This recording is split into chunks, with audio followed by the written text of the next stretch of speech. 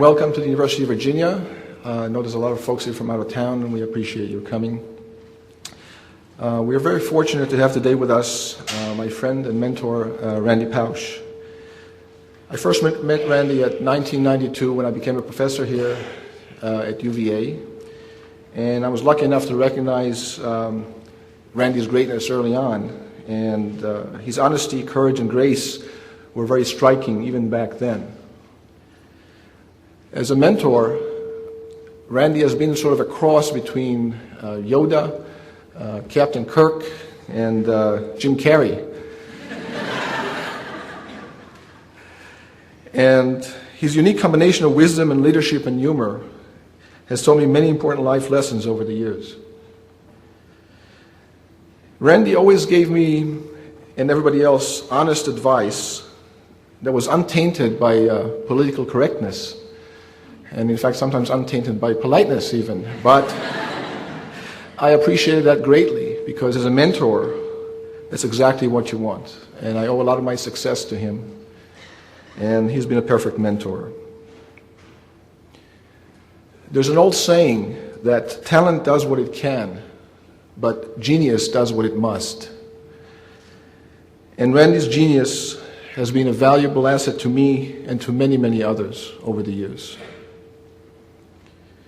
His sharp wit has made us laugh many, many times, and still does. And Randy repeatedly reminded us that those who think that you can't have a lot of fun while getting an education probably don't know much about either.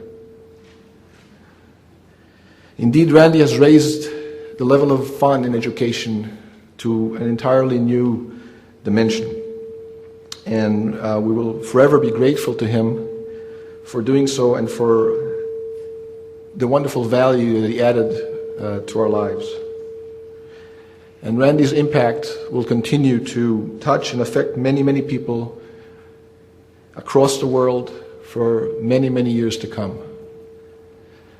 And now I would like to introduce our Dean of Engineering, Jim Aylor, which has a few more things to say about Randy. Thank you.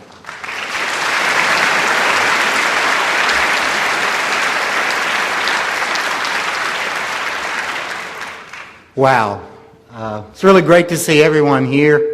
And we're School of Engineering and Applied Sciences really excited that you've come to help us honor our colleague and friend, Randy Pausch. My understanding is that every seat is filled, so we really do appreciate everyone being with us. What I want to do right now is just give you a little bit of background on Randy. I know a lot of you know about him either directly or indirectly, but then I want to make a couple of announcements that are special to us here at the University of Virginia and the School of Engineering, and special in terms of an initial announcements of things that are going to happen. Randy received his BS degree in computer science from Brown University in 1982 and his PhD in computer science from Carnegie Mellon University in 1988. Directly from CMU, he joined the faculty of computer science at the University of Virginia, where he successfully was granted tenure. During his time at Virginia, he established a major research activity in the general area of human-computer interaction. Probably more importantly, he was a dedicated educator and served as a mentor for many students and many of his colleagues. One of the most important and most successful initiatives while at Virginia was the ALICE software project, a computer animation design tool which has proven very effective at getting and keeping middle school girls interested in computers. In fact, thanks to an agreement with Electronic Arts, the next version of ALICE will use the 3D characters and animation from The Sims, the most popular PC video game in history. This is an outstanding accomplishment for Randy, but even more important, it will be a major contribution to efforts to increase literacy in computer science. On behalf of Bob Pianta, Dean of the Curry School of Education, and myself, I am pleased to announce that the University of Virginia Young Woman Leaders Program a well-established mentoring program of the University of Virginia Women's Center and the Curry School of Education that pairs at-risk middle school girls with college women with the goal of boosting the self-esteem and leadership skills of both groups, is now planning to incorporate Alice into its mentoring program through a collaborative effort with the Department of Computer Science. This initiative will allow both the middle school girls and their college mentors to receive exposure to computing concepts through design of three-dimensional animated virtual worlds. This will impact several important fronts, all near and dear to Randy's heart, including encouraging young women to enter technology fields, helping at-risk groups, and building cross-disciplinary bridges. The university is honored to be able to incorporate Randy's great legacy into this worthwhile endeavor. At Carnegie Mellon, Randy co-founded the Entertainment Technology Center, an activity based on the principle of having technologists and non-technologists work together on projects that produce artifacts that are intended to entertain, inform, and inspire. He has also worked for a period with Walt Disney's Imagineering. I'm also pleased to let you know that Disney-owned publisher Hyperion has just announced plans to publish a book about Randy called The Last Lecture, which will be co-authored by Randy and Wall Street journalist reporter Jeff Zaslow. Throughout everything Randy does, there is an infectious and inspiring enthusiasm. That spirit is intact today, even though he is facing a very difficult time. A husband and the father of three, Randy is a smart, funny, courageous man. I am thankful that he chose to spend this day with us, and I'm honored to welcome him back to the University of Virginia grounds. And now, please join me in welcoming Professor Randy Pausch.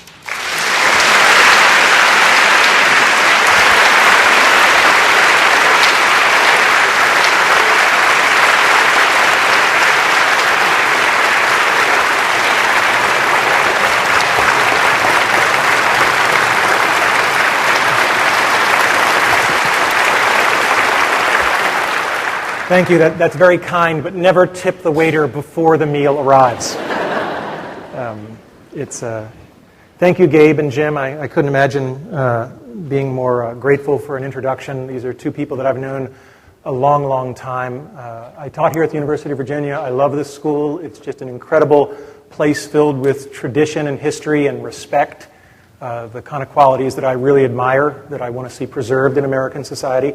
And this is one of the places that I just love for preserving that.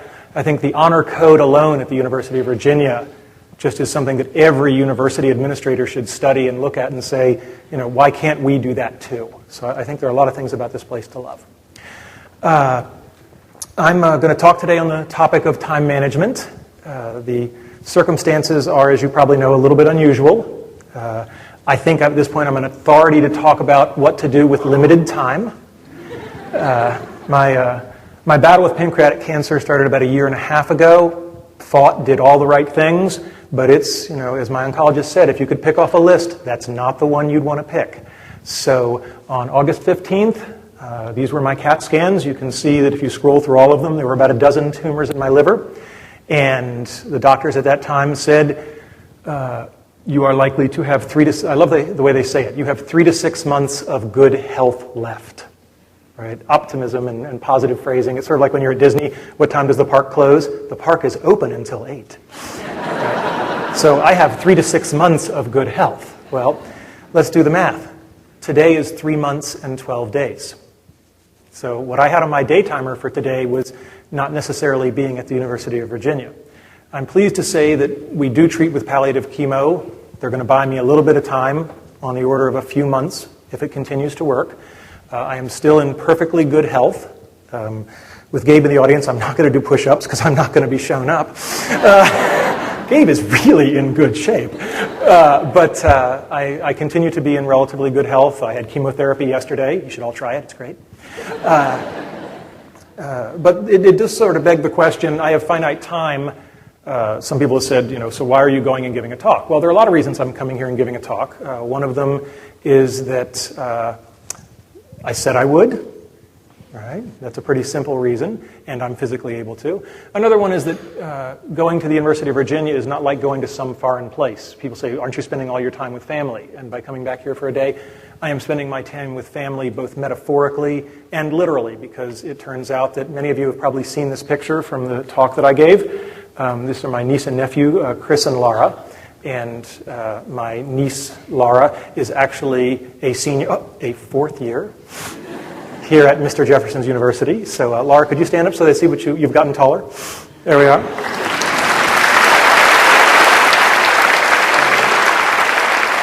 And I couldn't be happier to have her here at this university.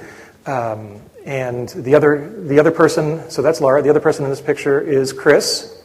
Chris, if you could stand up so they see you've gotten much taller.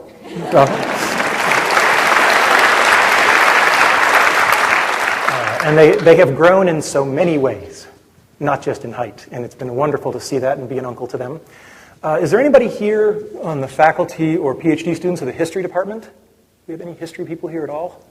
Okay, anybody here who's from history, find Chris right after the talk. Because he's currently in his sophomore year at William & Mary, and he's interested in going into a PhD program in history down the road. And there aren't many better PhD programs in history than this one. So I'm pimping for my nephew here, all right? Let's be clear, all right?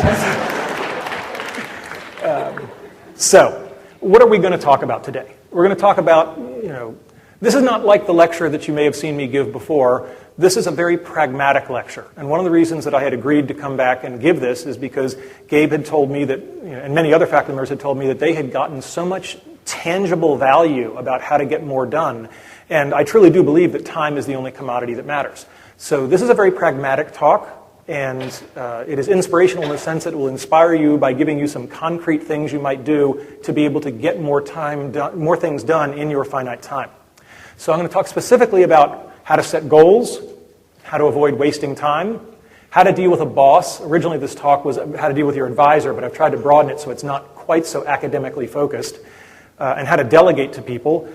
Some specific skills and tools that I might recommend to help you get more out of the day, and to deal with the real problems in our life, which are stress and procrastination. I mean, if you can lick that last one, you're probably in good shape. And really, you don't need to take any notes, so I'll presume if I see any laptops open, you're actually just, doing IM or email or something. If you're listening to music, please at least wear headphones, I would always say. But all of this will be posted on my website. And just to make it really easy, if you want to know when to look up, any slides that have a red star on them are the points that I think you should really make sure that you got that one. All right?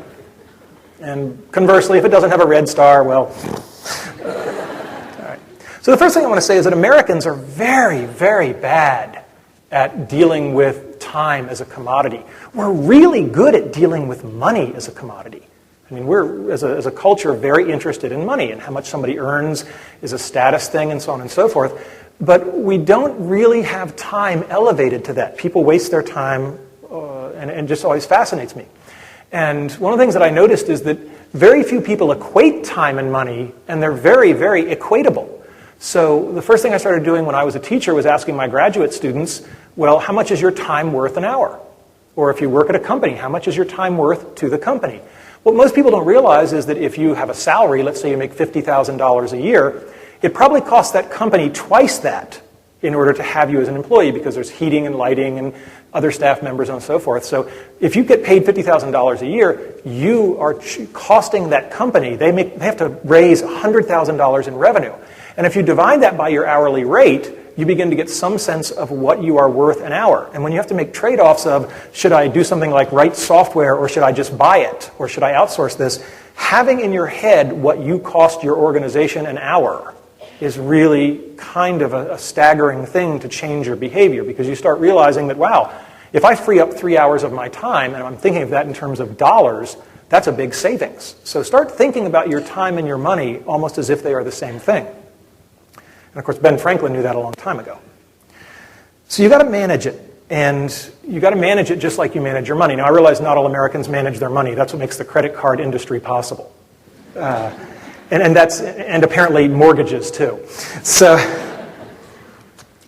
but most people do at least understand. They don't look at you funny if you say, well, can I see your monetary budget for your household? In fact, if I say your household budget, you presume that I'm talking about money, when in fact the household budget I really want to talk about is probably your household time budget.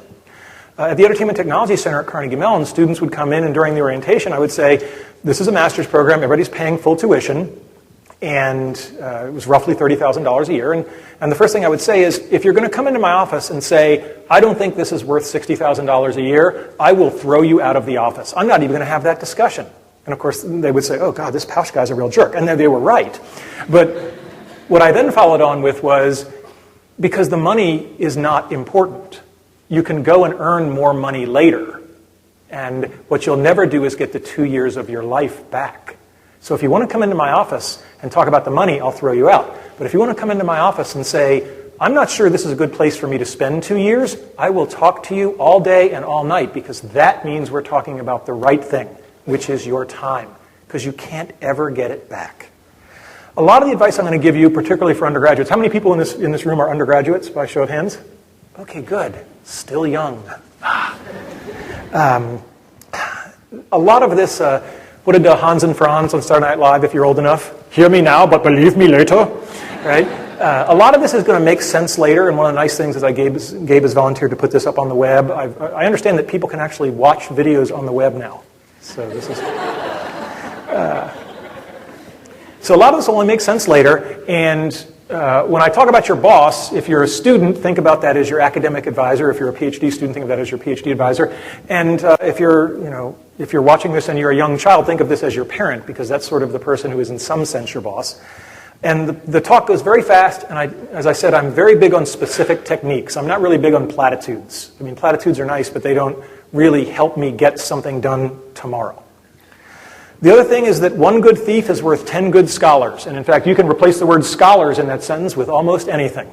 All right? So almost everything in this talk is to some degree inspired, which is a fancy way of saying lifted, from these two books. And I found those books very useful, but it's much better to get them in a distilled form. So what I've basically done is collected the nuggets for your behalf. I like to talk about the time famine. I think it's a nice phrase. Does anybody here feel like they have too much time? Okay, nobody. Excellent. And I like the word famine because it's a little bit like thinking about Africa. I mean, you can airlift all the food you want in to solve the crisis this week, but the problem is systemic, and you really need systemic solutions. So a time management solution that says, oh, I'm going to fix things for you in the next 24 hours is laughable, just like saying I'm going to cure hunger in Africa in the next year. You need to think long-term, and you need to change fundamental underlying processes because the problem is systemic. We just have too many things to do and not enough time to do them.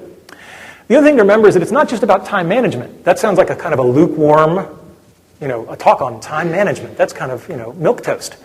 But how about if the talk is, how about not having ulcers? Right? That catches my attention. So a lot of this is life advice. This is how to change the way you're doing a lot of the things and how you allocate your time so that you will lead a happier, more wonderful life. And I loved in the introduction that you talked about fun. Because if I've brought fun to academia, well, it's about damn time. If you're not going to have fun, why do it? Right? That's what I want to know. I mean, life really is too short. If you're not going to enjoy it, people who say, well, I've got a job, but I don't really like it. And I'm like, well, you could change. Well, that would be a lot of work. You're right. You should keep going to work every day doing a job you don't like. Thank you. Good night. Right? So the overall goal is fun. My middle child, Logan, is my favorite example. I don't think he knows how to not have fun. Now, granted, a lot of the things he does are not fun for his mother and me. But he's loving every second of it. And he doesn't know how to do anything that isn't ballistic and full of life. And he's going to keep that quality, I think. He's my little Tigger. And I always remember Logan when I think about the goal is to make sure that you lead your life. I want to maximize use of time, but really that's the means, not the end. The end is maximizing fun. People who do intense studies and log people and videotape them and so on and so forth say that the typical office worker wastes almost 2 hours a day All right, their desk is messy, they can't find things, miss appointments, unprepared for meetings, they can't concentrate. Does anybody in here, by show of hands, ever have any sense that one of these things is part of their life? Okay, I think we've got everybody. So this is a universal thing, and you shouldn't feel guilty if some of these things are plaguing you, because they plague all of us. They plagued me for sure. And the other thing I want to tell you is that it sounds a little cliched and trite, but being successful does not make you manage your time well. Managing your time well makes you successful. If I have been successful in my career, I assure you it's not because I'm smarter than all the other faculty. I mean, I'm looking around and looking at some of my former colleagues. I mean, I see Jim Cahoon up there. I am not smarter than Jim Cahoon, okay? You know, I constantly look around the faculty at places like the University of Virginia or Carnegie Mellon, and I go, damn, these are smart people, right? And I snuck in. But what I like to think I'm good at is the meta skills, because if you're going to have to run with people who are faster than you, you have to find the right ways to optimize what skills you do have. So let's talk first about goals, priorities, and planning. Anytime anything crosses your life, you've got to ask, this thing I'm thinking about doing, why am I doing it? Almost no one that I know starts with the core principle of, there's this thing on my to-do list, why is it there? Because if you start asking, well, why is it? I mean, again, my kids are great at this. That's all I ever hear at home is, why? Why? Why? Right? And sooner or later, they're going to stop saying why, and they're just going to say, okay, I'll do it. Right? So ask, why am I doing this? What is the goal? Why will I succeed at doing it? And here's my favorite. What will happen if I don't do it? If I just say, yeah, I'm just not... The best thing in the world is when I have something on my to-do list, and I just go, no. No one has ever come and taken me to jail. I talked my way out of a speeding ticket last week. It was really cool. It's like the closest I'm ever going to be to attractive and blonde. And I told the guy, you know, why we had just moved and so on and so forth, and he looked at me and he said, well, for a guy who's only got a couple of months to live, you sure look good. And I just pulled up my shirt to show the scar, and I said, yeah, I look good on the outside, but the tumors are on the inside. You know, he just ran back to his cruiser. And so that's one positive law enforcement experience for me. So the police have never come because I crossed something off my to-do list. And that's a very powerful thing because you just get all that time back. The other thing to keep in mind when you're doing goal setting is a lot of people focus on doing things right. And I think it's very dangerous to focus on doing things right. I think it's much more important to do the right things. If you do the right things adequately, that's much more important than doing the wrong things beautifully. All right? Doesn't matter how well you polish the underside of the banister. Okay? And keep that in mind. Lou Holtz had a great list. Lou Holtz's 100 things to do in his life. And he would sort of once a week look at it and say, you know, if I'm not working on those 100 things, why was I working on the others? And I just think that's an incredible way to frame things. There's something called the 80-20 rule. Sometimes you'll hear about the 90-10 rule. But the key thing to understand is that a very small number of things in your life or on your to-do list are going to contribute the vast majority of the value. So if you're a salesperson, 80% of the revenue is going to come from 20% of your clients. And you better figure out who those 20% are and spend all of your time sucking up to them, because that's where the revenue comes. So you've got to really be willing to say, this stuff is what's going to be the value and this other stuff isn't. And you've got to have the courage of your convictions to say, and therefore, I'm going to shove the other stuff off of the boat. The other thing to remember is that experience comes with time, and it's really, really valuable, and there are no shortcuts to getting it. So good judgment comes from experience, and experience comes from bad judgment. So if things aren't going well, that probably means you're learning a lot and it'll go better later. This is, by the way, why we pay so much in American society for people who are, you know, typically older but have done lots of things in their past, because we're paying for their experience, because we know that experience is one of the things you can't fake. And do not lose sight of the power of inspiration. So Randy's in an hour-long talk, and you know we've already hit our first Disney reference. Walt Disney's quote. Walt Disney has many great quotes, but one I loved is, "If you can dream it, you can do it." And a lot of my cynical friends say, "Yada yada yada," to which I say, "Shut up." All right, inspiration is important, and I'll tell you this much: I don't know if Walt was right, but I'll tell you this much: if you refuse to allow yourself to dream it, I know you won't do it. So the power of dreams are that they give us a way to take the first step towards an accomplishment. And Walt was also not just a dreamer. Walt worked really hard. Disneyland, this amazes me because I know a little bit about how hard it is to put theme park attractions together, and they did the whole original Disneyland park in 366 days. That's from the first shovelful of dirt to the first paid admission. All right? Think about how long it takes to do something, say, at a state university.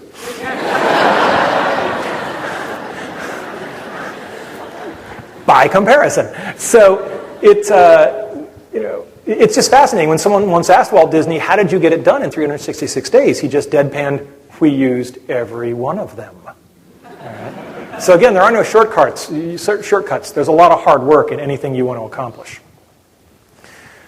All right. Planning is very important. One of the time management cliches is planning to fail. Failing to plan is planning to fail. And planning has to be done at multiple levels. I have a plan every morning when I wake up and I say, what do I need to get done today? What do I need to get done this week? What do I need to get done each semester? That's sort of the time quanta because I'm an academic. And that doesn't mean you're locked into it. And people say, well, yeah, but things are so fluid. I'm going to have to change the plan. And I'm like, yes, you are going to have to change the plan. But you can't change it unless you have it. And the excuse of I'm not going to make a plan because things might change is just this paralysis of I don't have any marching orders. So have a plan, acknowledge that you're going to change it, but have it so you have the basis to start with. To-do lists. How many people here right now, if I said, can you produce it, could show me their to-do list? Okay, not bad. Not bad.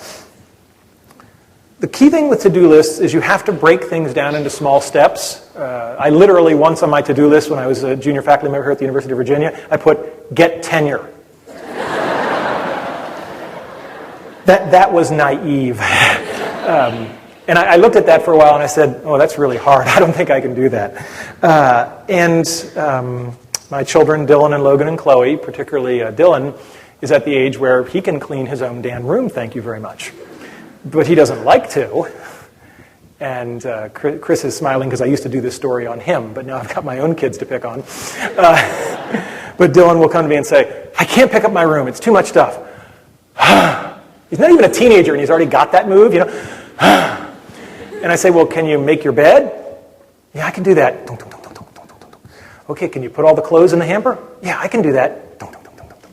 And, you do 3 or 4 things, and then it's like, well, Dylan, you just cleaned your room. I cleaned my room. Right? And he feels good. He is empowered. And everybody's happy. And, of course, I've had to spend twice as much time managing him as I could have done it by myself, but that's okay. That's what being a boss is about, is growing your people, no matter how small or large they might be at the time. The last thing about to-do lists or getting yourself going is if you've got a bunch of things to do the ugliest thing first. There's an old saying, if you have to eat a frog, don't spend a lot of time looking at it first. And if you have to eat 3 of them, don't start with the small one.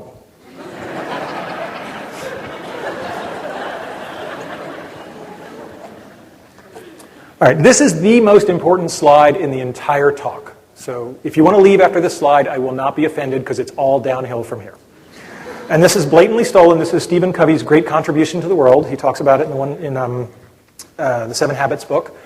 Imagine your to-do list. Most people sort their to-do list either, the order that I got it, throw it on the bottom, or they sort it in due date list, which is more sophisticated and more helpful, but still very, very wrong. So looking at the 4-quadrant to-do list, if you've got a quadrant where things are important, and due soon, important and not due soon, not important and due soon, and not important and not due soon. All right, which of these 4 quadrants do you think, upper left, upper right, lower left, lower right, which one do you think you should work on immediately? Upper left. You are such a great crowd. Okay. And which one do you think you should probably do last? Lower right. And that's, that's easy. That's obviously number 1. That's obviously number 4. But this is where everybody, in my experience, gets it wrong. What we do now is we say, I do the number 1s, and then I move on to the stuff that's due soon and not important. When you write it in this quadrant list, it's really stunning, because I've actually seen people do this, and they say, okay, and this is due soon, and I know it's not important, so I'm going to get right to work on it. And the most crucial thing I can teach you about time management is when you're done picking off the important and due soon, that's when you go here. You go to, it's not due soon and it's important, and there will be a moment in your life where you say, hey, this thing that's due soon but not important, I won't do it. Because it's not important. It says so right here on the chart.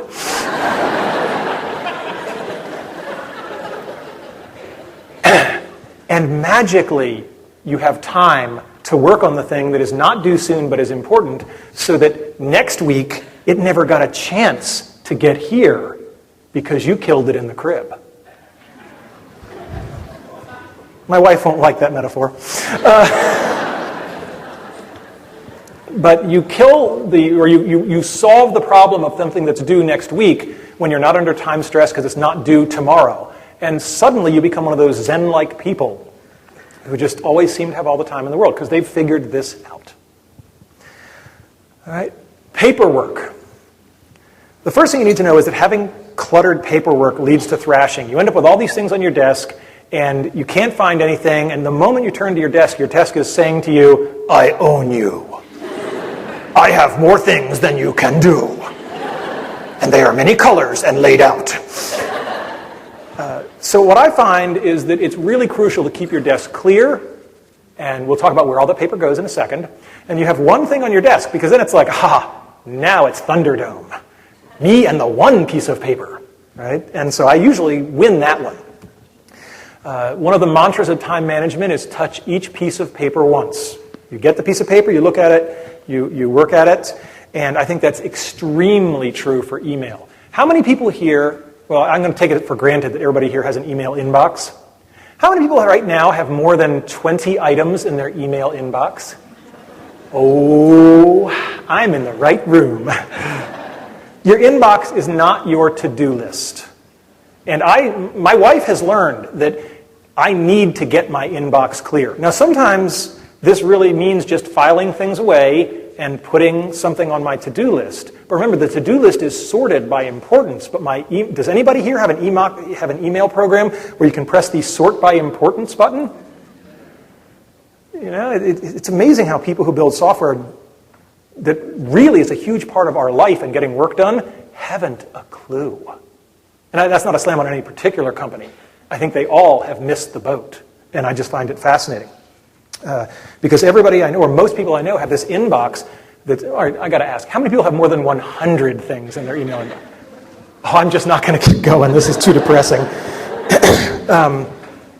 So you really want to get the thing in your inbox, look at it and say, I'm either going to read it right now or I'm going to file it and put an entry in my to-do list. And that's just a crucial thing, because otherwise, every time you go to read your email, you're just swamped, and it's just as bad as the cluttered paper. You're all trying to figure out how that heading goes with that picture. A filing system is absolutely essential. And I know this because I married the most wonderful woman in the world, but she's not a good filer. But she is now. Because after we got married and we moved in together and we resolved all the other typical couple things, I said, we have to have a place where our papers go, and it's in alphabetical order. And she said, well, that sounds a little compulsive. And I said, okay, honey. So I went out to IKEA, and I got this big, nice, way too expensive, big wooden, fake mahogany thing with big drawers. So she liked it because it looked kind of nice. And having a place in our house where any piece of paper went and was in alphabetical order did wonderful things for our marriage. Because there was never any of this, honey, where did you put blah, blah, blah? Right? And there was never being mad at somebody because they had put something in someone else's place. There was an expected place for it. And when you're looking for important receipts or whatever it is, this is actually important. And we have found that this has been a wonderful thing for us. I think file systems among groups of people, whether it's a marriage or an office, are crucial. But even if it's just you, having a place where you know you put something really beats all hell out of running around for an hour going, where is it? I know it's blue. And I was eating something when I read it. I mean, this is not a filing system. This is madness. A lot of people ask me, so Randy, what does your desk look like? So, as my wife would say, this is what Randy's desk looks like when he's photographing it for a talk. The important thing is that I'm a computer geek, so I have the desk off to the right, and then I have the computer station off to the left. I like to have my desk in front of a window whenever I can do that. This is an old photograph. These have now been replaced by LCD monitors, but I left the old picture because the crucial thing is it doesn't matter if they're fancy high-tech. The key thing is screen space. Lots of people have studied this. How many people in this room have more than one monitor on their computer desktop? Okay, not bad. So we're getting there. It's starting to happen. What I've found is that I could go back from 3 to 2, but I just can't go back to 1. There's just too many things, and as somebody said, it's the difference between working on a desk, like at home, and trying to get work done on the little tray on an airplane. In principle, the little tray on the airplane is big enough for everything you need to do. It's just that in practice, it's pretty small. So multiple monitors, I think, are very important, and I'll show you in a second what I have on each one of those. And I believe in this multiple monitor thing. We believed in it for a long time. That's my research group, our laboratory a long time ago at Carnegie Mellon. That's Caitlin Kelleher, who's now Dr. Kelleher, thank you, and she's at Washington University in St. Louis, doing wonderful things. But we had everybody with 3 monitors, and the cost on this is absolutely trivial. If you figure the cost of adding a second monitor to an employee's yearly cost to the company, it's not even 1% anymore. So why would you not do it? So one of my walkaways for all of you is you should all go to your boss and say, I need a second monitor. I just can't work without it. Randy told me to tell you that. Because it will increase your productivity, and the computers can all drive 2 monitors, so why not? So what do I have on my 3 monitors? On the left is my to-do list, all sorts of stuff in there. And my system, we're all idiosyncratic, my system is that I just put a number 0 through 9, and I use an editor that can quickly sort on that number in the first column. But the key thing is it's sorted by priority.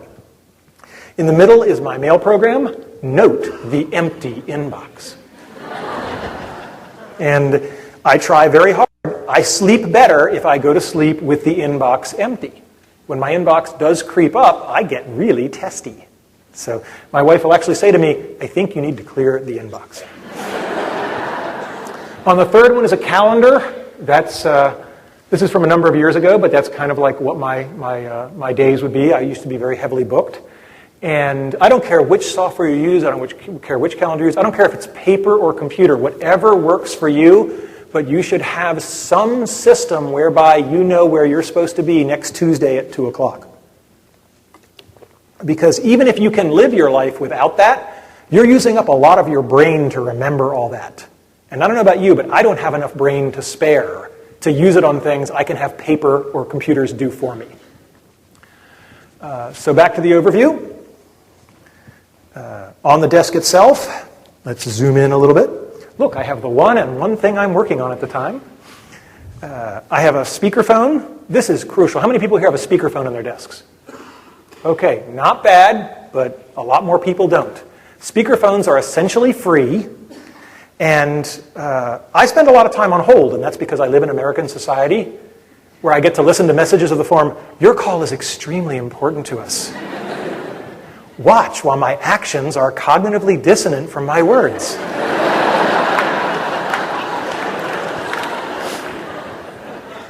You know, it's like the worst abusive relationship in the world.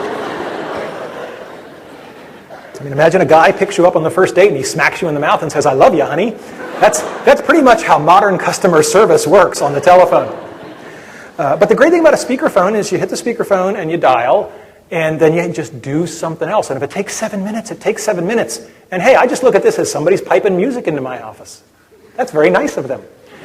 I also found that having a timer on the clock on the phone is handy, so that when somebody finally picks up in Bangalore, I can say things like, I'm so glad to be talking with you. By the way, if you're keeping records on this sort of thing, I've been on hold for 7.5 minutes. But you don't say it angry, you just say it as I presume you're logging this kind of stuff. And you're not angry, so they don't get angry back at you, but they feel really guilty. And that's good. You want guilty, right? So a speakerphone is really great. I find that a speakerphone is probably the best material possession you can buy to counter stress. If I were like teaching a yoga and meditation class, I'd say, we'll do all the yoga and meditation. I think that's wonderful stuff. But everybody also has to have a speakerphone. What else do we have besides a speakerphone? Let's talk about telephones for a second. I think that the telephone is a great time waster, and I think it's very important to keep your business calls short. So I recommend standing during phone calls. Great for exercise, And if you tell yourself, I'm not going to sit down until the call is over, you'll be amazed how much brisker you are. Start by announcing goals for the call. Hello, Sue. This is Randy. I'm calling you because I have 3 things that I wanted to get done. Boom, boom, boom. Because then you've given her an agenda. And when you're done with the 3 things, you can say, that's great. Those are the 3 things I had. It was great to talk to you. I'd love to talk to you again. Bye. Boom. We're off the phone. Whatever you do, do not put your feet up. I mean, if you put the feet up, it's just all over. And the other handy trick is have something on your desk that you actually are kind of interested in going to do next, so that the phone call, instead of being, wow, I can get off the phone and go do some work, or I could keep chit-chatting. And usually the person you've called, they'd like to chit-chat too. Right? So this is where the time waster in the office goes. And if you're a grad student, well, if you're a grad student, you already know about time wasting. So having something you really want to do next is a great way to get you off the phone quicker. So you got to train yourself. Getting off the phone is hard for a lot of people. I don't suffer from an abundance of politeness. So my sister, who's known me for a long time, is laughing a knowing laugh. When I want to get off the phone, I want to get off the phone. I'm done. And what I say is, I'd love to keep talking with you, but I have some students waiting. Now, I'm a professor. Somewhere there must be students waiting.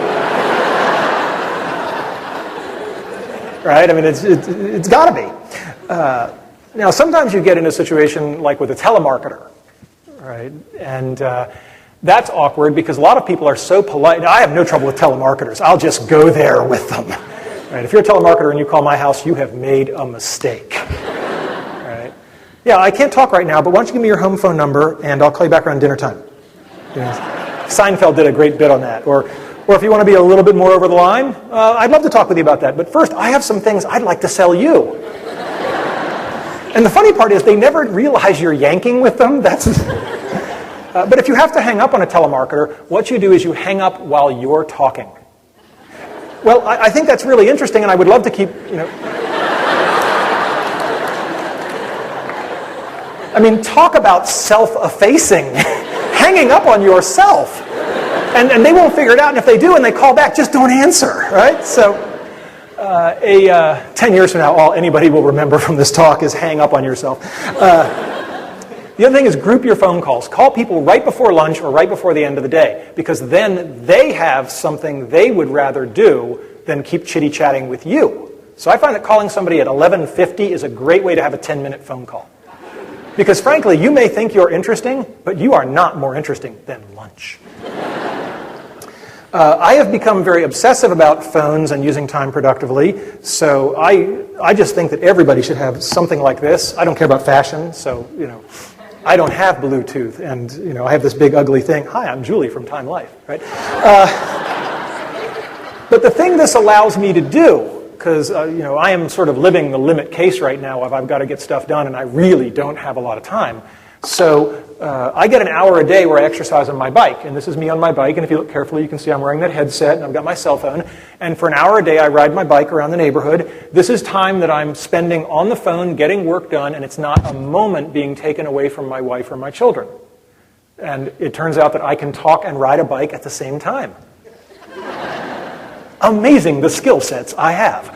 So it works better in warm weather climates, but I have just found that having a headset frees me up. Even if it's just around the house, you wear a headset, you can fold laundry. It's an absolute twofer. And I just think telephones should have headsets, and someday we will all have the Borg implant, and it will be a non-issue. What else is on my desk? I have sort of one of those address stampers because I got tired of writing my address. I have a box of Kleenex. In your box at work, if you're a faculty member, you have to have a box of Kleenex. Because if it... Jim is laughing, right. At least if you teach the way I do, there will be crying students in your office. And what I found to diffuse a lot of that is that I would have CS352 or whatever written on the side of the Kleenex box. And I would turn it as I handed it to them. And they would take the Kleenex and they would be like, oh, I said, yeah, it's for the class. You're not alone. So having Kleenex is very important. And thank you cards. I'll now ask the embarrassment question, and I don't mean to pick on you, but it just points things out so well. By show of hands, who here has written a thank you note that is not a quid pro quo? I don't mean, oh, you gave me a gift, I wrote you a thank you note. And I mean a physical thank you note with a pen and ink and paper, not email, because email's better than nothing, but it's that much better than nothing. Okay? How many people here have written a thank you note in the last week? Not bad. I do better here than at most places, because it is UVA. Chivalry is not that. But that's how many people in the last month? How many people in the last year? The fact that there are a non-trivial number of hands not up for the year means that anybody who's in this audience, his parents are going, ooh, that was my kid. Thank you notes are really important. They're a very tangible way to tell someone how much you appreciated things. I have thank you notes with me, and that's because I'm actually writing some later today to some people who've done some nice things for me recently. And you say, well, God, do you have time for that? And I'm like, yes, I have time for that, because it's important. Even in my current status, I will make time to write thank you notes to people. And even if you're a crafty, weaselly bastard, you should still write thank you notes. Because it makes you so rare that when someone gets a thank you note, they will remember you. Right? It seems like the only place that thank you notes are really taken seriously anymore is when people are interviewing for jobs. They now sometimes write thank you notes to the recruiters, which I guess shows a sign of desperation on the part of the recent graduates. But thank you notes are a wonderful thing, and I would encourage all of you to go out and buy a stack at your local dime store and have them on your desk so that when the moment seizes you, it's right there. And I leave my thank you notes out on the desk, readily accessible. And as I've said before, gratitude is something that can go beyond cards. When I got tenure here, I took my whole research team down to Disney World on my nickel for a week. And I believe in large gestures, but it was a lot of fun. I wanted to go too, right? I didn't send them without proper chaperoning, after all. What else? I have a paper recycling bin, and this is very good because it helps save the planet, but it also helps save my butt. So when I have a piece of paper that I would be throwing away, I put it in that bin, and that takes, a couple of weeks to get filled up and then actually sent somewhere else. And so what I've really done here is I've created sort of the Windows Macintosh trash can you can pull stuff back out of. It works in the real world, too. And about once a month, I go ferreting through there to find the receipt that I didn't think I'd ever need again that I suddenly need. And it's extremely handy. I suspect that if I were giving this talk in 10 years, I would say I just put it in the auto scanner. Right? Because I find it almost inconceivable that 10 years from now, first off, that a lot of the stuff would be paper in my hands anyway. But if it were paper, that I would have any notion of doing anything other than putting it on the desk where it goes zzz and it's already scanned because it touched the desk. Right? This kind of stuff is not really hard to do. So I think that's what's going to happen. And of course, I have a phone book, notepad. I can't live without Post-it notes, right? And the view out the window of the dog, because the dog reminds me that I should be out playing with him. When I got married, I married into a family. I got a wife and 2 beautiful dogs. There's the other one. Could you help me with the debate I've had with my wife? By show of hands, how many people would semantically say the dog is on the couch? Nobody. Thank you. Thank you.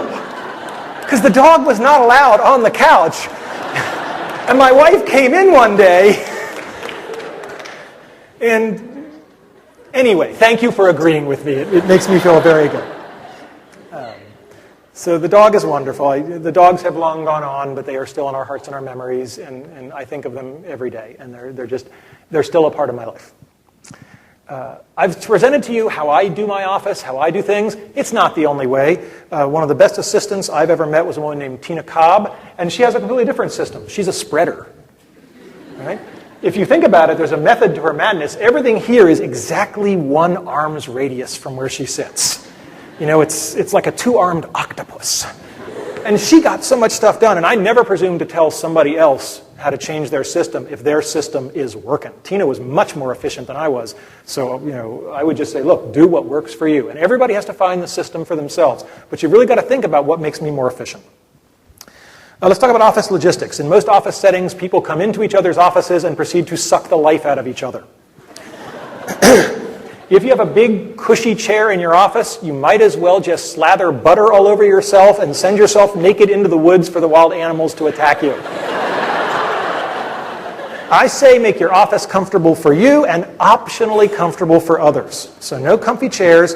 I used to have folding chairs in my office, folded up against the wall. So people want to come into me and talk with me, they can stand. And I would stand up because then the meeting's going to be really fast because we want to sit down. But then if it looks like it's something that we should have a little more time on, I very graciously go over and open the folding chair. I'm such a gentleman. Some people do a different tack on this. They have the chair already there, but they cut 2 inches off the front leg. So the whole time you're in their office, you're sort of scooting yourself up. I'm not advocating that, but I thought it was damn clever the first time I saw it. Scheduling yourself. Verbs are important. You do not find time for important things. You make it. And you make time by electing not to do something else. There's a term from economics that everybody should hold near and dear to that heart, and that term is opportunity cost. The bad thing about doing something that isn't very valuable is not that it's a bad thing to have done it. The problem is that once you spend an hour doing it, that's an hour you can never again spend in any other way. And that's important. Now, how do you keep these unimportant things from sucking into your life? You learn to say no. It's great. My youngest child, Chloe, is at an age where this is her new word. About 2 weeks ago, she learned it. And it's like now everything is no, no, no, no, no, no, no, no. She should be giving this talk. Right? And I asked her, and she said, no. So she's home playing. All right? But we all hate to say no, because people ask us for help and we want to be gracious. So let me teach you some gentle no's. The first one is, I'll do it if I'm really strapped, but I want to help you. I don't want you to be in the bind. So if nobody else steps forward, I will do this for you.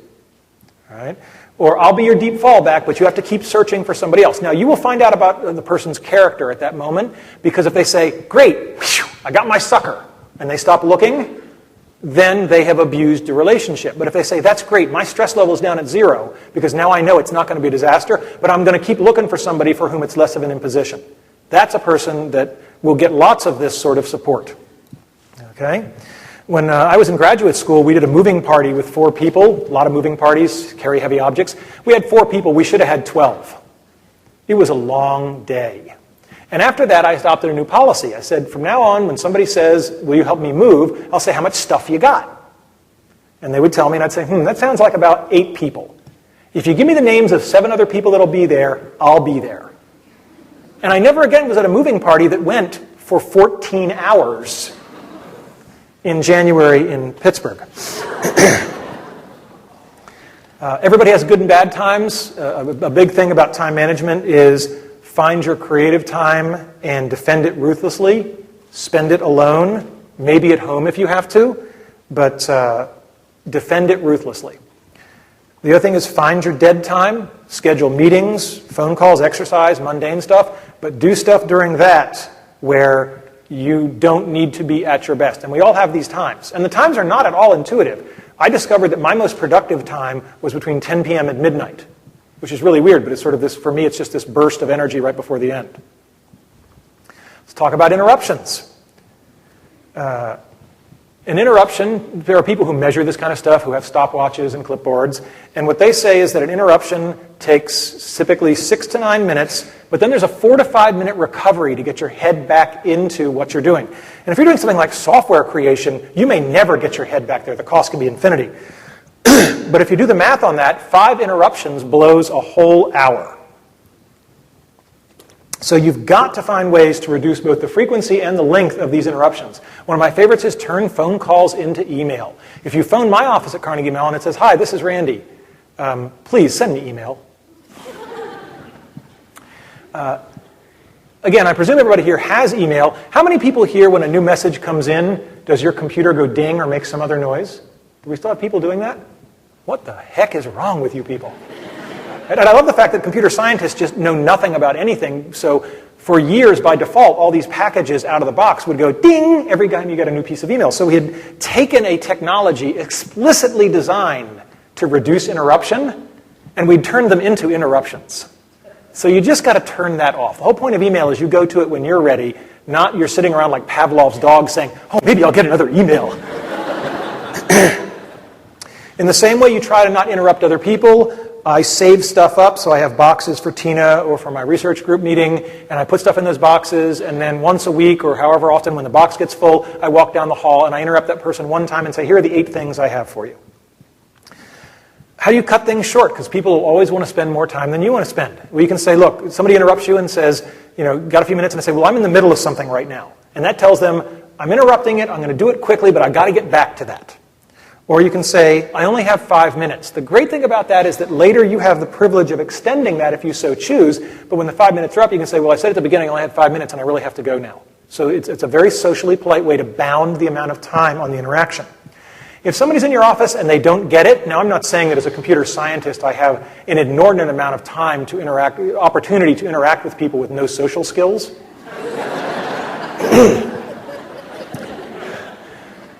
But if you have someone in your office who is just not getting it, what you do is you stand up, you walk to the door, you compliment them. For some reason, this is a crucial part of the process. You thank them and you shake their hand. And if they still don't leave, which is pretty much a guarantee that you're dealing with someone from my tribe, then you're in the doorway, you just keep going. What I have found is that people don't like it when you look at your watch while you're talking with them. So what I do is I put a wall on the clock right behind them so it's just off axis from their eyes, and I can just kind of glance over a little bit when I need to see what time it is. It's a very nice way to get me information without being rude to them. Time journals. Time is the commodity. You better find out where your time is going. So monitor yourself and update it throughout the day. You can't wait till the end of the day and say, what was I doing at 10:30? Because our memories aren't that good. So what you do, and I really hope that technology within another 5 years or so will be so good that the time journals can be created automatically, or at least some facsimile of it. But until then, what we do is we monitor it ourselves. So this is what an empty time journal would look like. The details aren't important, but the key thing is that when you fill it in, you've got a bunch of categories and what I was doing, and you can do this very informally, but you get a lot of real data about where your time went. And it's always very different. Anybody who's done monetary budgeting, you look at it and you go, wow, I didn't know I was spending that much on dry cleaning or restaurants. It's always a fascinating surprise. And you always spend more than you think. But with time budgets, you find out that the time is just going wildly differently than you would have imagined. The best example of this I know is Turing Award winner Fred Brooks's time clocks. He's a brilliant computer scientist, but he also has this great array of clocks in his office. And when you go in and talk to him, he says, is this meeting about research or teaching or whatever? And then he flips the appropriate switch. And at the end of the week, he knows exactly where his time went. The man is a genius. When I meet with students, and this is, I think, just as appropriate for people in the workplace, I say, what's your schedule? You have a set of fixed meetings every week, and what you have to do is you have to look at those and identify the open blocks where you're going to waste time, and I can tell you're going to waste time just by looking at it. So in this case, you've got a class where you've got a class at a certain point, and then you've got a gap until the next class. So I've identified those here. And the gaps between classes that in this case last an hour or an hour and a half, this is just prime time to be wasted. So what I always taught my students was make up a fake class. The fake class is go to one specific place in the library during that hour, and when you're sitting there with just you in the library and your books, there's a pretty good chance you might actually study. So don't go and hang out with friends for an hour. Just make that a fake class. Make your own little study hall. It's a simple trick, but it's amazing how effective it is when somebody just explicitly does it. When you've got your time journal data, what do you figure out from that? What am I doing that doesn't need to be done? What can someone else do? I love every day sort of saying, what am I doing that I could delegate to somebody else? My sister is again laughing because she knows who that person was in our youth. What can I do more efficiently? And how am I wasting other people's time? When you get good at time management, you realize that it's a collaborative thing. I want to make everybody more efficient. It's not a selfish thing. It's not me against you. It's how do we all collectively get more done? As you push on the time journal stuff, you start to find that you don't make yourself more efficient at work so you can become some sort of uber worker person. You become more efficient at work so you can leave at 5 and go home and be with the people that you love. People call this work-life balance. For the junior faculty, you may have heard of it in some sort of mythical sense, But it is possible. I found that I worked fewer hours after I got married, and I got more done. And I was always fascinated in graduate school that the people who graduated fastest with their PhDs were the people who had a spouse and kids. And I said, how can that be? That's like a built-in boat anchor, right? You got all these other demands on your time, and I'm like a single guy, and I got all the time in the world, and that's the problem. I approach it like I got all the time in the world, so my time isn't precious. When you got a spouse and little kids, your spouse is likely to say things to you like, you better not be in at that grad school more than 40 hours a week, so when you come in, you're not sitting around playing computer games. Not that I ever did that. But when you come in, you're coming in and you're doing work. And I found, like most people, that once I got married and had kids, my whole view of time management really we were playing for real stakes now, because now there are people whose lives are impacted if I'm spending too much time at work. The other thing about time management, it makes you really start to look through a crystalline lens and figure out what's important and what's not. I love this picture. I've blanked out her name, but this says blah, blah, blah, blah, blah. This is a pregnant woman, and it says she is worrying about the effect on her unborn child from the sound of jackhammers. So they're doing construction, and the people here are laughing because they can see that this woman who's so concerned about the jackhammers affecting her unborn child is holding a lit cigarette. You got to get really good at saying, I got to focus my time and energy on the things that matter and not worry about the things that don't. Now, I'm not a medical doctor, and I don't play one on TV, but I'm willing to bet that if I were the fetus, I'd be saying, put the cigarette out, Mom! I can deal with the noise! Alrighty, so in terms of, I want to tell you a little story about effective versus efficient. I actually was going to give this talk a couple of weeks ago, and I talked with Gabe about it, and we were going to come up here because, as a surprise for my wife, her favorite musical group in the whole world is the Police, and has been for a long, long time. They're a wonderful group. And so we said, hey, we're going to drive up to Charlottesville and see them. We managed to get some tickets. And I said, well, honey, as long as we're up there, I promised Gabe a long time ago that I wanted to give my time management talk. And she said, okay, because it's about a 3-hour drive, so it's very efficient to couple these two trips together. And about 2 days later, she said, honey, I know how you are with talks. And before you give one for a couple of days, you start to obsess. And as we talked through it, she said, so we're going to go up, and this couple's time away, we'd gotten a sitter to watch the kids, and this couple's time away is going to be eaten up by you obsessing over and preparing this talk. And I thought about it, and I said, okay, so obviously the right solution is we should keep our couple's time. We'll go up, we'll see the concert, we'll have our time together, and I'll just schedule a different day, and I'll go up on a one-day trip, and I'll do the talk. And she said, wow, that was easy. And I was, right, once you frame it in the right way, and you say, yeah, the cost here is that I have to do the drive a second time, but it turns out I'm doing the drive with my nephew Christopher, and we talk, and my mom, it turns out. So the time wasn't even dead time, so there was no loss at all. But the key thing was we said, it's not about efficiency, it's about effectiveness and best overall outcome. And of course, one of the nice things was that we did get to go to the Police concert, and I really want to thank Gabe and Jim Ayler because we really went to the concert. And my wife was very happy. I'm the guy in the back saying, she's not paying any attention to me today. But it was wonderful. And he is a charming gentleman in person. He is absolutely charming. So let's talk about procrastination. There's an old saying, procrastination is the thief of time. Procrastination is hard. And I have a little bit of an insight here for you. We don't usually procrastinate because we're lazy. Sometimes people rationalize their procrastination. They say, well, gee, if I wait long enough, maybe I won't have to do it. Right? That's true. Sometimes you get lucky. All right? And other people say, gee, if I start on it now, I'm just going to spend all the time on it. If I only give myself the last 2 days, I'll do it in 2 days because that's the work expands to fill the time available, Parkinson's law. That's marginally true.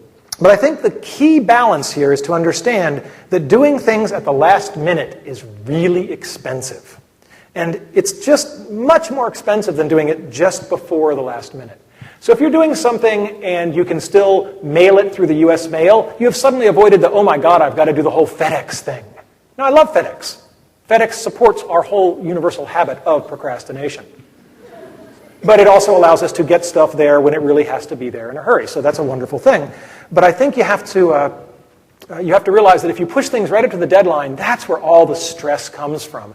Because now you can't reach people, If somebody is out of the office for just one day, your whole plan is upset, so you really have to work hard on this kind of stuff. The other thing is that deadlines are really important. We are all essentially deadline driven, so if you have something that isn't due for a long time, make up a fake deadline and act like it's real. And that's wonderful because those are the deadlines when push comes to shove. You can slip them by a couple of days and it's all right, so they're less stressful. If you are procrastinating, you've got to find some way to get back into your comfort zone. Identify why you're not enthusiastic. Whenever I procrastinate on something, there's always a deep psychological reason. Usually it's I'm afraid of being embarrassed because I don't think I'll do it well, or I'm afraid I'm going to fail at it. And sometimes it involves asking somebody for something, and one of the most magical things I've learned in my life is that sometimes you just have to ask, and wonderful things happen, but you just have to, step out and do that. I won the parent lottery. I have just wonderful parents, and my dad unfortunately passed away not too long ago. But this is one of my favorite photographs because my dad was such a smart guy, I could almost never surprise him or impress him because he was just that good. But we were down on a family vacation at Disney World, and the monorails were going by, and we're going to board the monorail. And we noticed that in the front, up here in the cabin, I don't know if you can see it in this picture, but there's an engineer who drives the monorail, and there were actually guests up in there with him, which is kind of unusual. My dad and I were talking about that, and I knew, because I've done some consulting for Disney. My dad's saying, they probably have to be special VIPs or something like that. I said, there is a trick. There is a special way you get into that cabin. And he said, really, what is it? And I said, I'll show you. Dylan, come with me. And Dylan, who's the back of his head, you can see there, we walk up and I whisper to Dylan, ask the man if we can ride in the front. And we go up to the attendant, and the attendant says, why, yes, you can. And he opens the gate, and my dad is just like, I said, I told you there was a trick. I didn't say it was hard. And sometimes all you have to do is ask, and it's that easy. Let's talk about delegation. Nobody operates individually anymore, and you can accomplish a lot more when you have help. However, most people delegate very poorly. They treat delegation as dumping. I don't have time to do this, you take care of it. And then they micromanage, and it's just a disaster. The first thing, if you're going to delegate something to a subordinate, is you grant them authority with responsibility. You don't tell somebody, go take care of this, but if you need to spend any money, you've got to come back to me for approval. That's not empowering them. That's telling them you don't trust them. If I trust you enough to do the work, I trust you enough to give you the resources and the budget and the time and whatever else you need to get it done. You give them the whole package. The other thing is delegate, but always do the ugliest job yourself. So when we need to vacuum the lab before a demo, I bring in the vacuum cleaner and I vacuum it. All right? Do the dirtiest job yourself so it's very clear that you're willing to still get the dirt on your hands.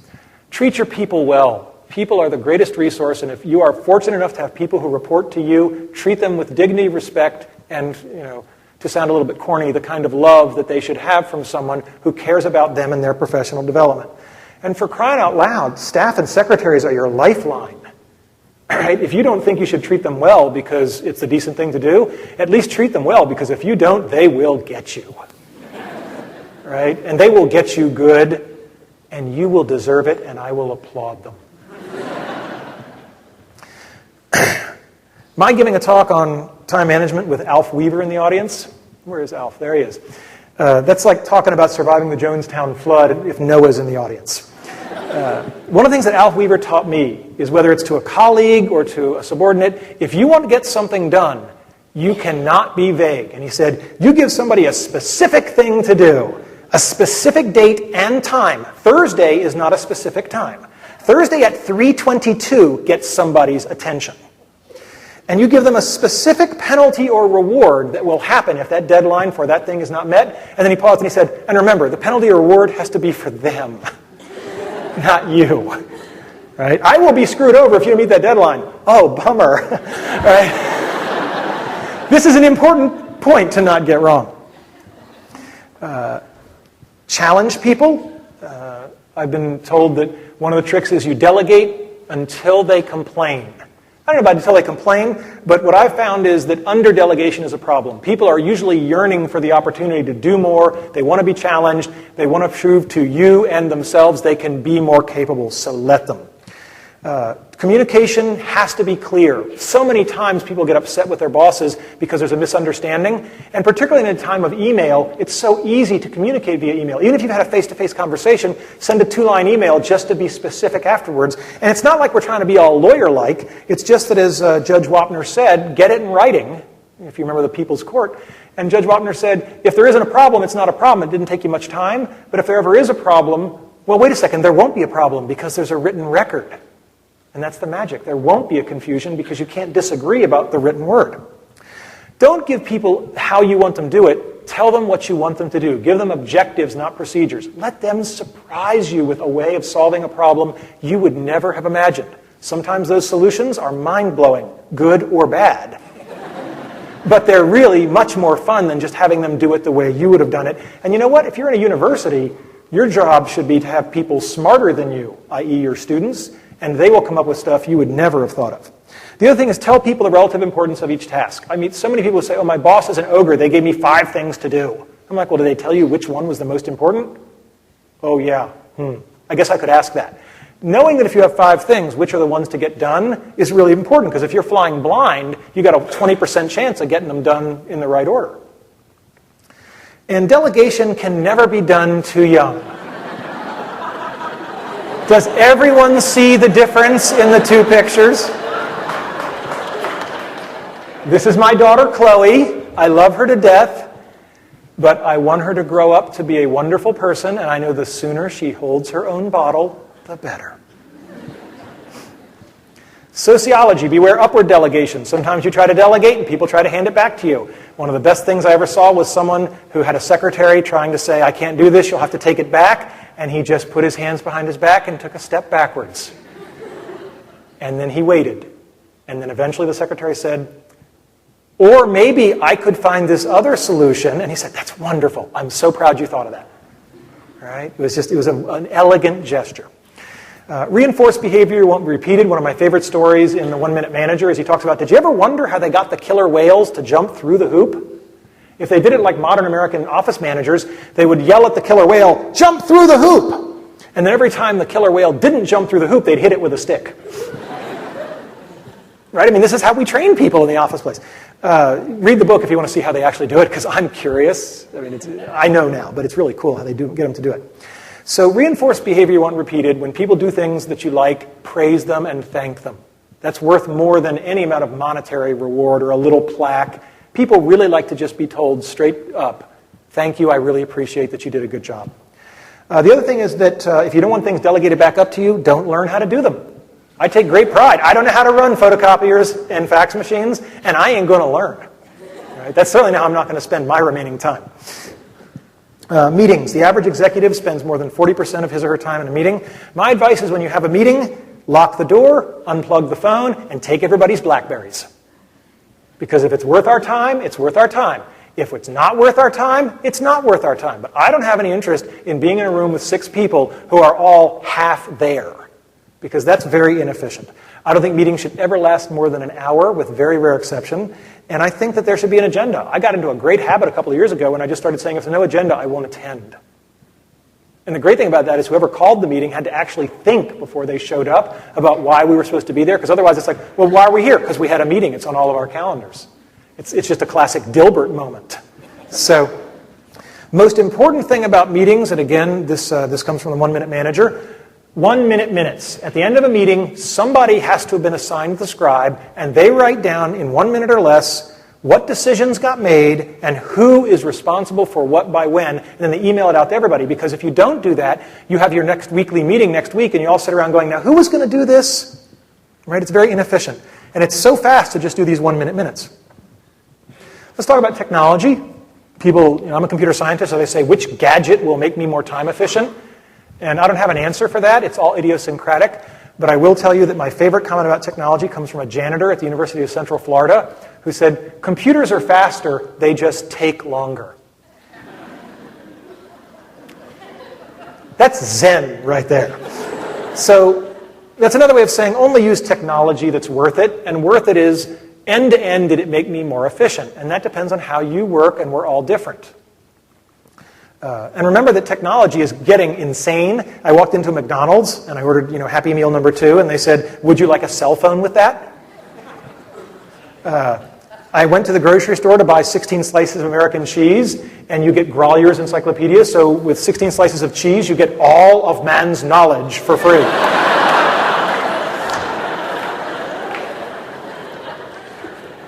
That's just spooky scary. And remember that technology really has to be something that makes your life better. You guys may have seen this. I just find it very humorous.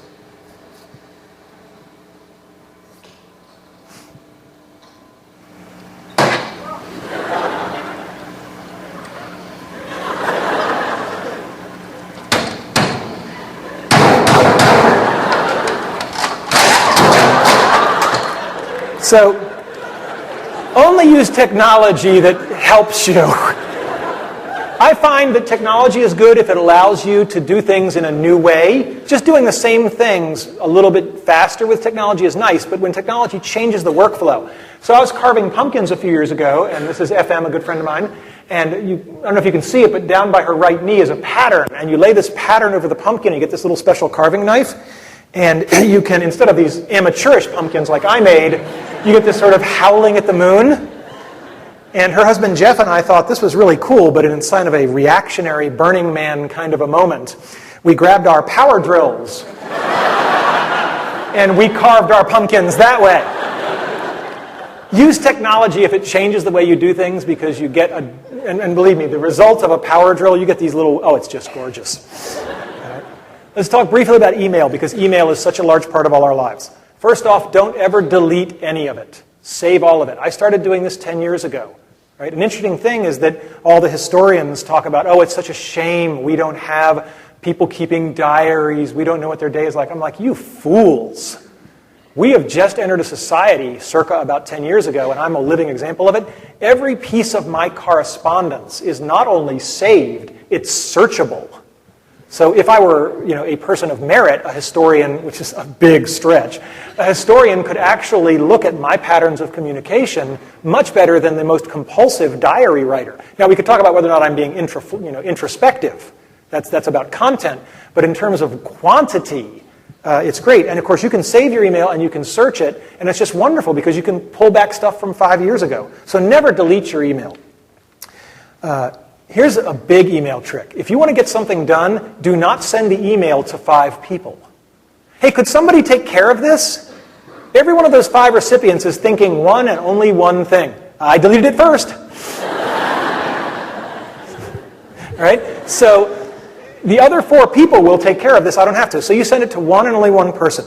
But if you really want it to be done, send it to somebody who can do it. Tell them what, again, Alf Weaver, specific thing, specific time. And then the penalty can be more subtle, like you just CC their boss. All right? And the other thing, and I had this conversation with every student in my entire career, because they send email, and then they just wait for the person to respond. And I say, if the person has not responded within 48 hours, it's okay to nag them. And the reason it's okay to nag them, because if they haven't responded within 48 hours, the chance that they are ever going to respond is 0. I mean, maybe not 0, maybe that small. But in my experience, if people don't respond to you within 48 hours, you'll probably never hear from them, so just start nagging them. Let's talk about the care and feeding of bosses. There's a phrase, managing from beneath. Because we all know that all bosses are idiots. That's certainly the expression, the sense I've gotten from everybody who has a boss.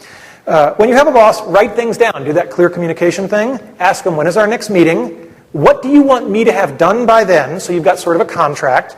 Who can I turn to for help besides you, because I don't want to bother you? And remember, your boss wants a result, not an excuse. General advice on vacations. Phone callers should get 2 options. The first one is, when you're on vacation, the first option is, contact John Smith, not me. I'm out of the office, but this person can help you now if it's urgent. Or call back when I'm back. Why? Because you don't want to come back to a long sequence of phone messages saying, hey, Randy, can you help me get care of this? And then you call them back, and you've been on vacation for a week. They already solved it. And the other thing is that it's not a vacation if you're reading email. All right? Trust me on that. It's not a vacation if you're reading email. I can stay in my house all weekend and not read email, and it's a vacation. But if I go to Hawaii and I've got a BlackBerry, I'm not on vacation. And I know this. When I got married, my wife and I got married, we left our reception in a hot air balloon, which did not have wireless on it. And Dean Jim Morris at the time, we took a month-long honeymoon, which was great, but not really long enough. And Jim Morris said, and I said, I'm not going to be reachable for a month. And Jim said, that's not acceptable. I said, what do you mean it's not acceptable? He said, well, I pay you. So that's the not acceptable part. And I said, oh, okay. And I said, so there has to be a way to reach me. And he said, yes. I said, okay. So if you called my office, there would be a phone answering machine message that said, hi, this is Randy. I'm on vacation. I waited till 39 to get married. And so we're going for a month. And I hope you don't have a problem with that. But apparently my boss does. So he says I have to be reachable. So here's how you can reach me. My wife's parents live in blah, blah, blah town. Here's their names. If you call directory assistance, you can get their number. And then if you can convince my new in-laws that your emergency merits interrupting their only daughter's honeymoon, they have our number. Here's some of my most important advice. We close with some of the best stuff. Kill your television. People who study this say the average American watches 28 hours of television a week. That's almost 3/4 of a full-time job. So, if you really want to get time back in your life, you don't have to kill your television, but just unplug it, put it in the closet, and put a blanket over it. See how long it takes you to get the shakes. Turn money into time, especially junior faculty members or other people who have young children. This is the time to throw money at the problem. Hire somebody else to mow your lawn. Do whatever you need to do, but exchange money for time at every opportunity when you have very young children, because you just don't have enough time. It's just too hard. And the other thing is eat and sleep and exercise. Above all else, you always have time to sleep, because if you get sleep deprived, everything falls apart. Other general advice, never break a promise, but renegotiate them if need be. If you've said, I'll have this done by Tuesday at noon, you can call the person on Friday and say, I'm still good to my word, but I'm really jacked up, and I'm going to have to stay and work over the weekend to meet that Tuesday deadline. Is there any way there's any slack on that? And a lot of times they'll say, Thursday's fine, because I really need it Thursday, but I told you Tuesday. Or they'll say, oh, it's no problem, I can have Jim do that instead of you. He has some free time. Now, if they say, no, there's no wiggle room here, you say, that's okay, no problem, I'm still good to my word. All right? If you haven't got time to do it right, you don't have time to do it wrong. That's self-evident. Recognize that most things are pass-fail. People spend way too much time. There's a reason we have the expression good enough. It's because the thing is good enough. And the last thing is get feedback loops. Ask people in confidence. Because if someone will tell you what you're doing right or doing wrong, and they'll tell you the truth, that's worth more than anything else in the whole world. I recommend these two books. Time management is not a late-breaking field. Both these books are old books, but I recommend them highly. And it's traditional to close a talk like this with, here's the things I told you about. I'm not going to tell you the things I told you about. I'm going to tell you the things that you can operationally go out and do today. First thing, if you don't have a day timer or a personal digital assistant, a Palm Pilot or whatever, go get one. Put your to-do list in priority order. You can use the 4 quadrants or do what I do, just put a number 0 to 9, but sort it by priority. And do a time journal. If that's really too much effort, just count the number of hours you watch of television in the next week. That's my gift to you. And the last thing is, once you've got your day timer, make a note for 30 days from today. It's okay if that one goes ding to remind you. And revisit this talk in 30 days. It'll be up on the web, courtesy of Gabe. And ask, what have I changed? And if I haven't changed anything, then we still had a pleasant hour together. If you have changed things, then you'll probably have a lot more time to spend with the ones you love. And that's important. Time is all we have. And you may find one day you have less than you think. Thank you.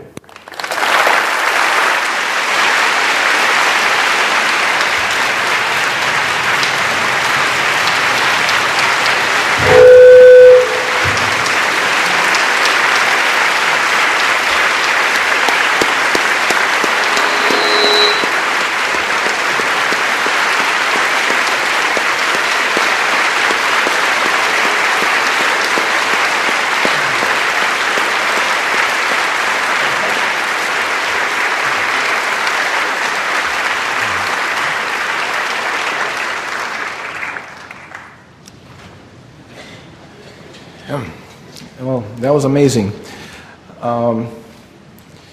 When me and Randy first talked about him giving this talk, I said, well, we'll pick the biggest auditorium on campus, Cabell Hall, right here, 850 people. And he said, "Do you really think we can get 850 people in a room to listen to this?" And I said, "Not only we'll do that, but we'll have to turn people away. And it'll be the biggest attendance since the Dalai Lama came here and gave a talk." And he said, "Big hitter, the Lama." And after I started getting hundreds of emails from all of you and many other people who couldn't find seats here, but will have to sit on the web, I called Randy and I said, "We're going to need a bigger boat." And that's how it went. So Randy, thanks again. We love you. And it was great.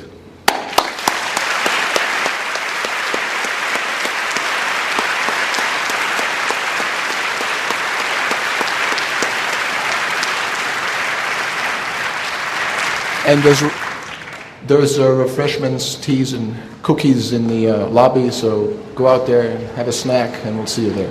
Thank you for coming.